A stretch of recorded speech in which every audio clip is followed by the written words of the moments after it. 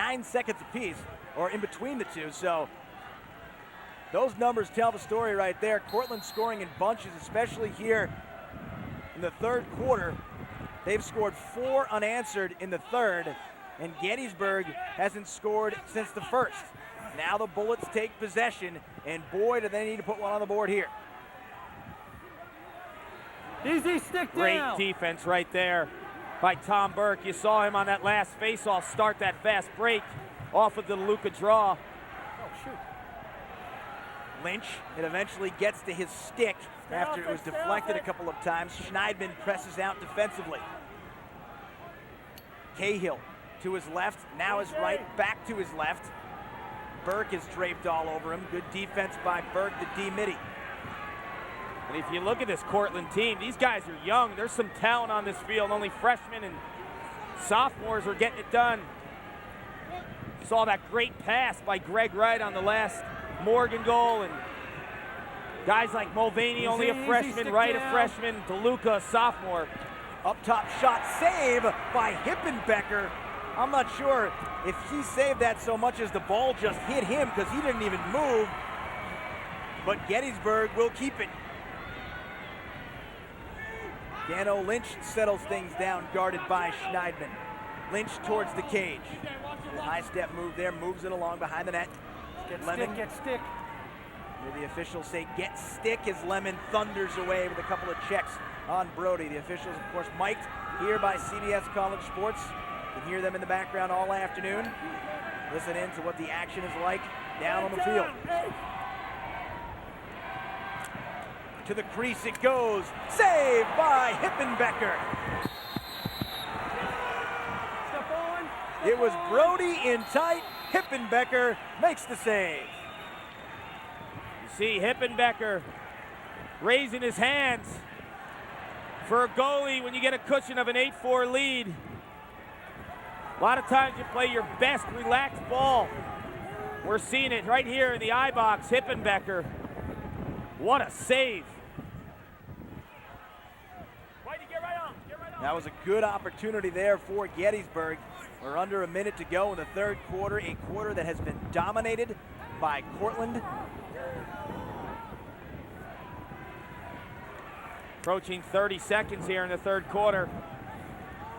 Look for Cortland to keep doing what they're doing. Controlling possession. Taking care of the ball. Going through their offensive progression. Keep it in! Keep it in! Keep it in! Keep it in! Keep it in! You think the refs want to keep it in? You hear the shout right there. Another stall warning. When the team's up, they're very sensitive to that one. And another rip for Misiak. Misiak puts it into the net after the officials tell them to keep it inside. And Cortland is on fire, a 5-goal advantage. Well, that's a backbreaker. A rip by the junior. Misiak, 6'1", 200 pounds. Brute force to get above goal line extended with 1 second left. That one is a backbreaker for Gettysburg. What a huge game here for Misiak. 5 goals in the afternoon, has 8 now in the tournament. Gettysburg will win that final face-off of the third quarter, but it is a quarter that the Bullets will certainly want to forget. After being tied at 4 at the half, it is all Cortland. In the third quarter, they score 5 unanswered, 7 unanswered in all. A 5-goal lead for the Red Dragons as we head to the fourth quarter.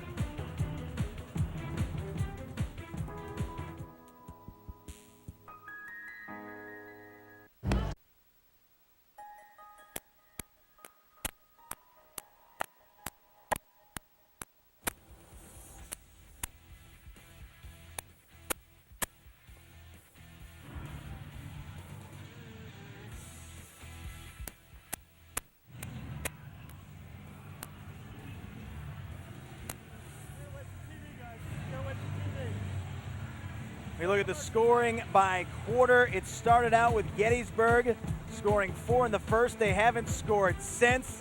And in the third quarter, you see all Cortland scoring 5 unanswered. Well, today at 2:30, CBS College Sports presents Legends, the 1989 NCAA Lacrosse Championship. Join us as we commemorate the 20th anniversary of perhaps the greatest NCAA lacrosse title game of all time, featuring Syracuse and Johns Hopkins. It's a lacrosse Sunday from start to finish on CBS College Sports, the pulse of college sports in Kark. Every sport has that game or handful of games that sort of define it, and that game is certainly it for lacrosse. Well, it was it for me. It was my first Final Four, and I've never missed one since. Watching players like Dave Petramala, Gary Gate, Paul Gate, Tom Maricek, Matt Panetta, they paved the way for future stars. You look at a guy like Dave Petramala, revolutionized the defensive position, followed up by guys like Rick Beardsley from Syracuse. That was a game that I think was monumental in terms of the growth of lacrosse, the style of play. Every defender wanted to be the next Petramala, every offensive player the next Gate. And that certainly has led to the level of play we see here today, not just at the Division I level, but the D3 level here in the national championship game. Of course, the D2 national championship game coming up later on CBS College Sports. Just a great day of lacrosse here on the network. That ball hits the side of the net. Cortland will look to clear. As for the here and now, Gettysburg needs stops, they need goals, and they need face-off victories. And they need to put pressure defense on Cortland.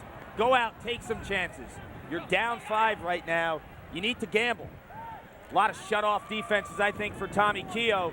That means all 5 defenders lock off their man and let number 15 go to work and try to take the ball away. Certainly the Division III Player of the Year is a great weapon in the arsenal for Gettysburg to get back into this game, because we saw him earlier with one of the more fantastic stick checks of the weekend. No, they don't. No, they don't. 2, 3, 4, 5. This is Morgan in front. Procedure white. Too many. Too many men on the field for Cortland. That's high school.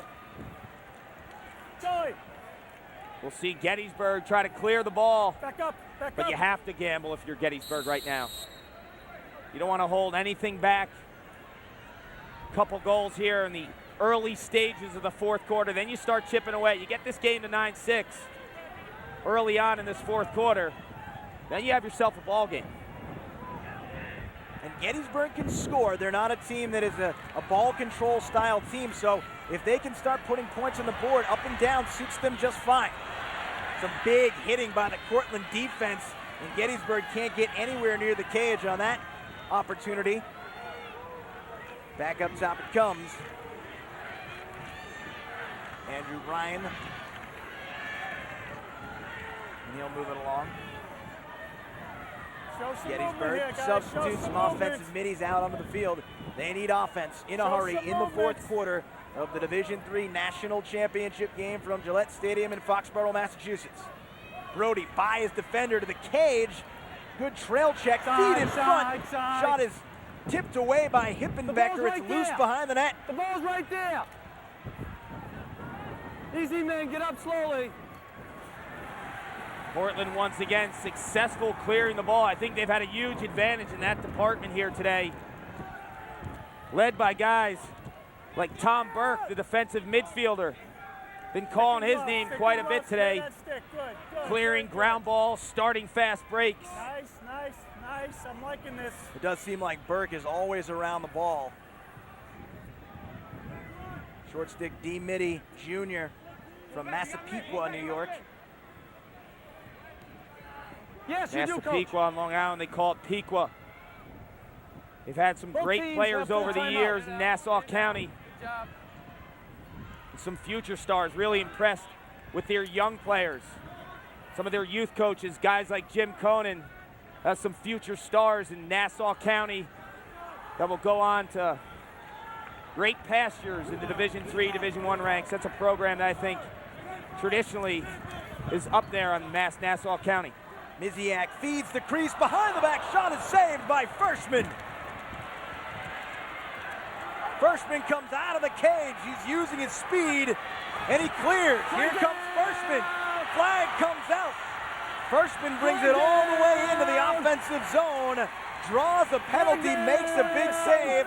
Perhaps that is the spark here for Gettysburg. Stay. No. I think Freshman's held up his end of the bargain today, letting up 9 goals, high percentage shots right on top of him. This kid obviously wants to play some lacrosse. To the right wing, shot, score! Tom O'Donnell!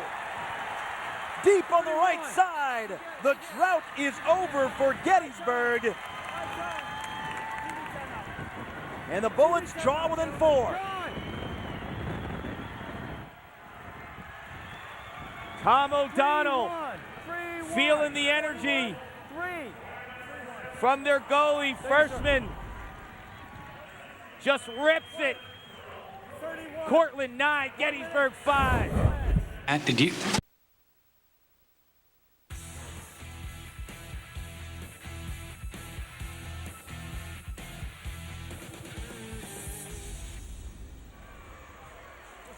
Back at Gillette Stadium, 9-5, Cortland in front of Gettysburg. For all the latest news, stats, polls, and more, visit NCAA.com. NCAA.com is the official online home for all 88 NCAA championships.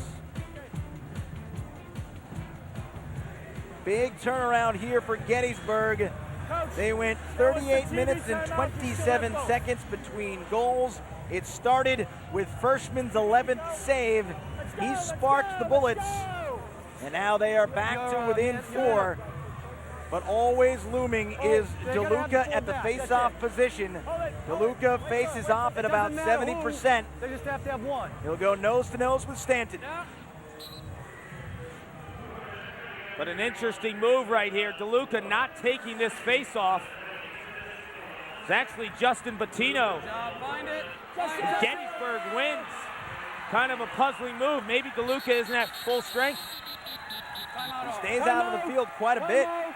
Yeah, you're right. Bettino, 21. I saw the one, just assumed DeLuca. He'd been out there all afternoon, but Justin Bettino, the sophomore, no slouch himself, by the way. Bettino wins 58% of the faceoffs he's taken so far. Now 67 of 114 on the season. Gettysburg gets possession. Every possession so valuable, so they call timeout. It's 9-5 Cortland. It's Gettysburg ball. They trail by 4, 9-5 in the fourth quarter of the Division III National Championship game. 10:07 to go. And now let's take a look at the AT&T game recap. A rundown of the numbers, and that shot differential card is huge in this game so far, though Gettysburg has started to turn it around. But it's been the possession of Cortland that really coincides with that shot discrepancy from Gettysburg, 31-19. The stat is kind of creeping up right now. Face-offs won, 10-8.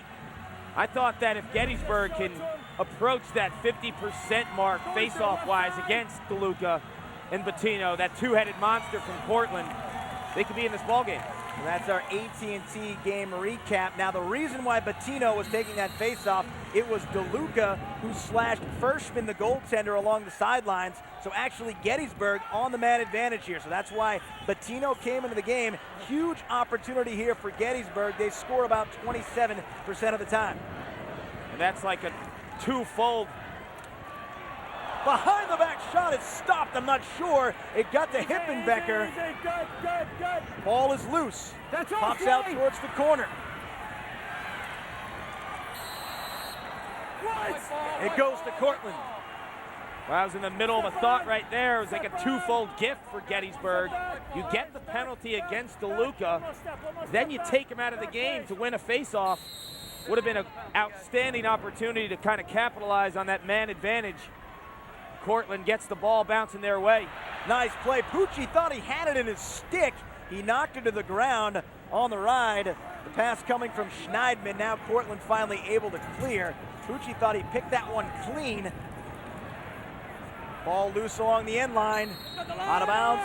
Touches the line and heads to Gettysburg. Every possession so vital for Gettysburg. Obviously because they trail by 4, but also because now that the penalty is over and Cortland is back to full strength, they'll be dealing with DeLuca in the faceoff position, and they turn it over right at midfield. But here comes Keogh to the rescue. The D3 Player of the Year. Keogh goes to the net and gives it up. Big play by Tommy Keogh to get that back for the Bullets. Monster ground ball by Keogh. Almost another blown clearing opportunity. And although you might not think of those as the biggest mistakes in a game like this, where Cortland has shown that they can kill the clock at minutes at a clip, I mean, this is a huge possession for Gettysburg. Lynch whistles it wide of the net. Dano Lynch, sophomore midi from Medfield, Massachusetts, playing in front of the hometown fans here in Foxborough. Medfield, a few miles down the road.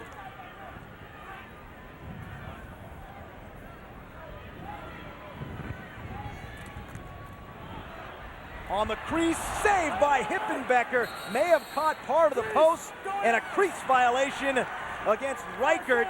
He was right on the doorstep, goal line extended. You're seeing some serious energy out of Hippenbecker. Post, got the post. Got the post. But if you look at the end of that play, the Gettysburg player falls into the crease. They call a crease violation. He was pushed by the Cortland defender. Remember that backup, no call. Freshman appeared to get out of the cage, which led to a big goal for Cortland in the third quarter. Perhaps another one missed that goes against Gettysburg. Now again, the Red Dragons, with 7.5 to go in the ball game and a 4-goal advantage, can slow the tempo. Hats off to this Cortland defense, letting up 5 goals, led by Hippenbecker. Save Freshman. No slowdown for Cortland here. Now Gettysburg has to clear. They've had trouble in this game. And the officials throw a flag. At first, I thought it might just be a push. But the flag comes out, penalty, and another man advantage chance here for the Bullets. This was certainly with possession. You take another look at this one. Clearly a trick right there. Goalie chomp left. I don't know if they called it a push or a trip. If it's a push with possession, it'll be 30 seconds. Hey, 1 minute on a trip right there. It's a personal foul as opposed to the 30-second technical foul. Gettysburg has been really bad, I guess is the way to put it, on the man advantage. They're 0 of 3, only 1 shot though so far on their 3 man advantage opportunities.